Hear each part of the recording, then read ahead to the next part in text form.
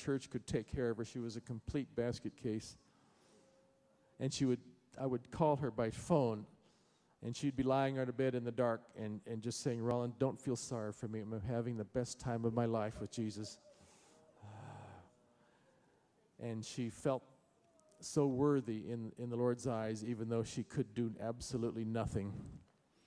She couldn't serve God. She couldn't preach. She couldn't minister. She couldn't go anywhere. She couldn't be a missionary. She was just absolutely helpless, which is where I was all last year.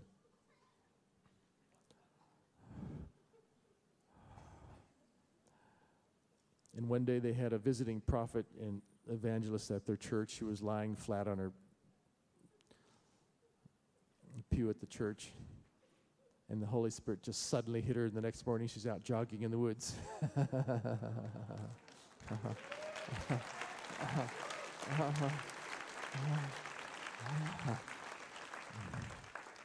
And then she got MS. Unbelievable. She had all these promises. She had visions of thousands of children in her care, but she got MS. And she began falling. Every half hour or so, she just collapsed on the ground. She lost all her strength in one side of her body. She had to get crutches and braces. She went blind in one eye. She had plaque all through her optic nerve. She had spinal taps that were excruciatingly painful, just unbelievably excruciating. And all the doctors could promise her was a wheelchair. And she said, I'm going back to Mozambique, and I'm going to the garbage dumps, and I'm going to sit in the fumes and the dust and the dirt and the broken glass and in a wheelchair, and I'm going to preach, and I'm going to see those visions happen. And she came back to Mozambique with all her crutches and braces and everything. And still she would keep falling. And our kids would just jump on her in piles. 20 kids just piled on top of her, Pray, pray, pray, pray for half an hour. And one day a little girl said, Mama Ida, you're going to be okay. I saw you running and walking. And a couple days later, she's totally fine. So,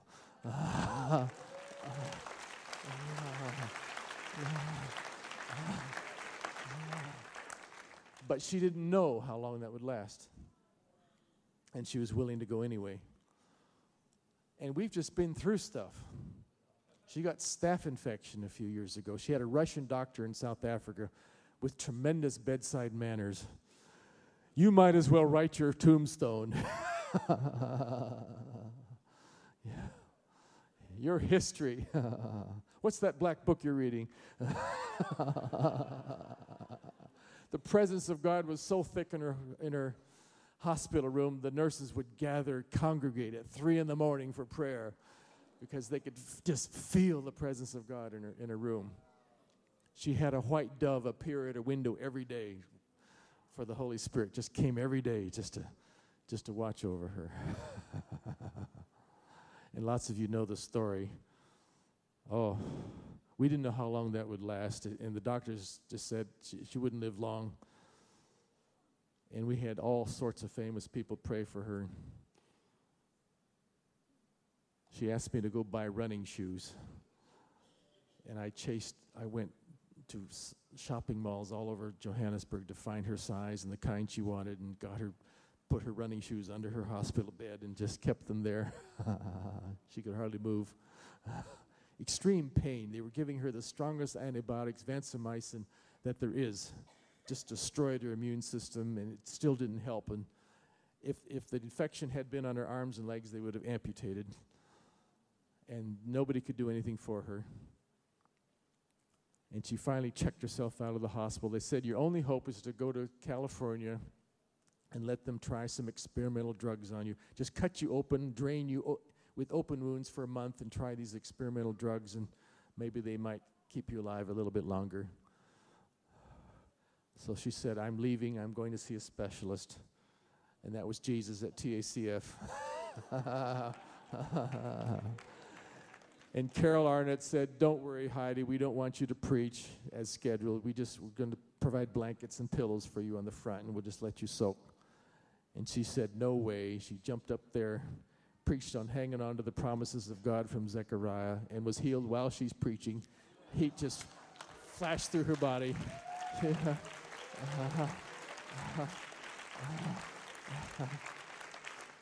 And she was dancing ballet at the end of the message. And out jogging again the next morning. It's that running shoe thing. But she didn't know how long that would last or what would happen.